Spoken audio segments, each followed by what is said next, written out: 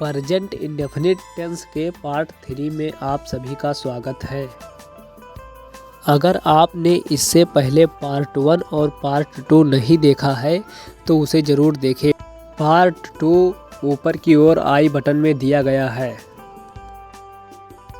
अगर आप वीडियो पर नए हैं तो चैनल को सब्सक्राइब करें और लाइक और कमेंट करना न भूलें। प्रेजेंट इंडेफिनिट टेंस में जिन वाक्यों में नहीं लगा रहता है उसे नेगेटिव सेंटेंस नकारात्मक वाक्य कहते हैं। जैसे कि कुछ एग्जाम्पल हैं, मैं वहाँ नहीं जाता हूँ, मैं उसे नहीं जानता हूँ, वे लोग यहाँ नहीं आते हैं, मैं अंग्रेजी नहीं जानता हूँ। इन सभी में नहीं लगा हुआ है। नेगेटिव सेंटेंस के अनुवाद के नियम। सबसे पहले सब्जेक्ट को लिखा जाता है, फिर डू नॉट या डज नॉट को लिखा जाता है, फिर वर्ब के फर्स्ट फॉर्म को लिखा जाता है, फिर ऑब्जेक्ट तथा वाक्य के अंत में फुल स्टॉप का प्रयोग जरूर करें। और यदि वाक्य में और भी शब्द दिए गए हों तो उसे ऑब्जेक्ट के बाद लिखा जाता है। नीचे दिए गए स्ट्रक्चर को देखें।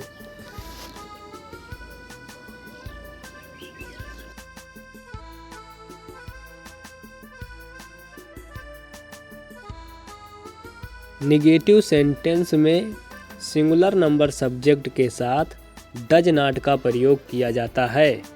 सिंगुलर नंबर सब्जेक्ट कौन कौन होते हैं यह मैंने पिछली वीडियो में आप सभी को बताया था, फिर भी आप सभी लोग देखिए।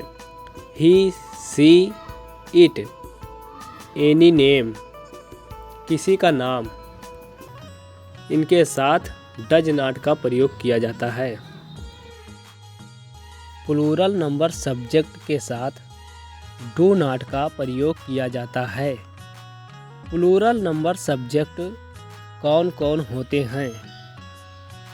आई, वी, यू, दे, ये सब प्लूरल नंबर सब्जेक्ट हैं।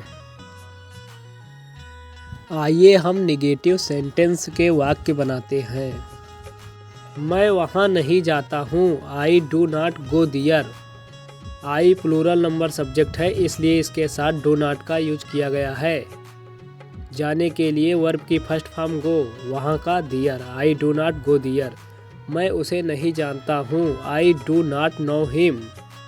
मैं की इंग्लिश आई और आई के साथ डू नॉट, जानना का नो, उसे हिम।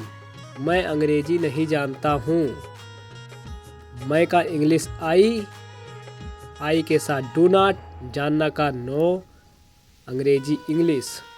मैं फुटबॉल नहीं खेलता हूँ, आई डू नॉट खेलना, प्ले फुटबॉल। वे लोग यहाँ नहीं आते हैं, वे लोग दे प्लूरल नंबर सब्जेक्ट है, इसलिए इसके साथ डू नॉट। वर्ब की फर्स्ट फॉर्म का यूज, आना, कम, यहाँ, हियर। हमें इन वाक्यों को स्ट्रक्चर के हिसाब से बनाना है। नेगेटिव सेंटेंस में कभी नहीं का भी यूज होता है, इसके लिए हमें नेवर का प्रयोग करना है और स्ट्रक्चर के हिसाब से सब्जेक्ट के तुरंत बाद नेवर का यूज कीजिए। नेवर के यूज होने से डू नॉट या डज नॉट का प्रयोग नहीं होता है। वह फल नहीं खाता है, वह सिंगुलर नंबर सब्जेक्ट है, इसलिए यहाँ पर डज नॉट का प्रयोग हुआ है। ही डज नॉट खाता है, वर्ब की फर्स्ट फॉर्म ईट, फल, fruit. He does not eat fruit. Ram रोज स्कूल नहीं जाता है, Ram does not go to school daily. Sita खाना नहीं बनाती है। किसी का नाम सिंगुलर नंबर सब्जेक्ट होता है, Sita does not cook.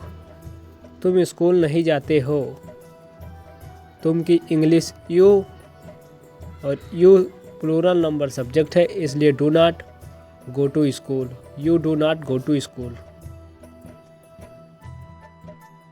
Interrogative sentence, प्रश्नवाचक वाक्य। यह दो प्रकार का होता है, yes no type sentences, WH question sentences. Yes या नो टाइप सेंटेंसेस का जवाब हाँ या ना में दिया जा सकता है और इनकी शुरुआत क्या शब्द से होती है और इनके अनुवाद में क्या शब्द की मीनिंग नहीं लिखी जाती है। जैसे लिखा है क्या तुम्हें पता है, इसका जवाब हम हाँ या ना में दे सकते हैं। हाँ हमें पता है, हमें नहीं पता है। इस प्रकार के वाक्यों को कैसे बनाते हैं चलिए देखते हैं। हमने आपको बताया कि यस या नो टाइप सेंटेंसेस की शुरुआत क्या शब्द से होती है और क्या शब्द की अंग्रेजी नहीं लिखी जाती। हमें सब्जेक्ट के अनुसार डू या डज का यूज करना है। अगर सब्जेक्ट सिंगुलर हुआ तो डज, अगर प्लूरल तो डू। उसके बाद सब्जेक्ट अगर वाक्य में नहीं का प्रयोग हुआ है तो नॉट, फिर वर्ब की फर्स्ट फॉर्म प्लस ऑब्जेक्ट और क्वेश्चन मार्क जरूर लगाए वाक्य के अंत में। क्या मैं अपनी किताब पढ़ता हूँ, यहाँ पर सब्जेक्ट प्लूरल है इसलिए डू, फिर सब्जेक्ट आई, पढ़ता हूँ रीड, अपनी किताब माई बुक और अंत में question mark. Do I read my book. क्या सीता एक पत्र लिखती है, सीता सिंगुलर नंबर सब्जेक्ट है इसलिए डज। सब्जेक्ट सीता, लिखती है वर्ब की फर्स्ट फॉर्म राइट, एक पत्र a letter. Does Sita write a letter. वैसे प्रश्नवाचक वाक्य जिसका जवाब हम हाँ या ना में नहीं दे सकते हैं उसे WH क्वेश्चन सेंटेंसेस कहते हैं। तुम क्यों हंसते हो, तुम क्या करते हो, तुम क्या चाहते हो। क्योंकि इसमें प्रश्नवाचक शब्द वाक्य के बीच में आता है तो सबसे पहले उसकी इंग्लिश लिखी जाएगी। चलिए देखते हैं इसे कैसे बनाते हैं। अगर इन वाक्यों के बीच में क्या शब्द आ जाए तो उसकी अंग्रेजी लिखी जाएगी। वाक्य के बीच में जो प्रश्नवाचक शब्द है सबसे पहले उसकी अंग्रेजी लिखी जाएगी। फिर सब्जेक्ट के अनुसार डू या डज का प्रयोग, फिर सब्जेक्ट अगर वाक्य में नहीं का प्रयोग हुआ है तो नॉट, फिर वर्ब की फर्स्ट फॉर्म प्लस ऑब्जेक्ट और वाक्य के अंत में क्वेश्चन मार्क अवश्य लगाएं। वे पानी क्यों नहीं पीते हैं, सबसे पहले क्वेश्चन वर्ड क्यों, वाई, फिर डू या डज का प्रयोग सब्जेक्ट के अनुसार। वे प्लूरल नंबर सब्जेक्ट है इसलिए डू, फिर सब्जेक्ट दे, नहीं का प्रयोग हुआ है नॉट। पीते हैं ड्रिंक, पानी water. Why do they not drink water. 3 part में प्रेजेंट इंडेफिनिट टेंस समाप्त होता है।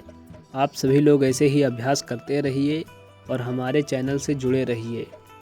अगर वीडियो अच्छी लगी हो तो उसे लाइक करें, चैनल को सब्सक्राइब कर दें, जाकर कमेंट में बताइए वीडियो कैसी है। इससे सरल आपको कहीं भी वीडियो नहीं मिलेगी।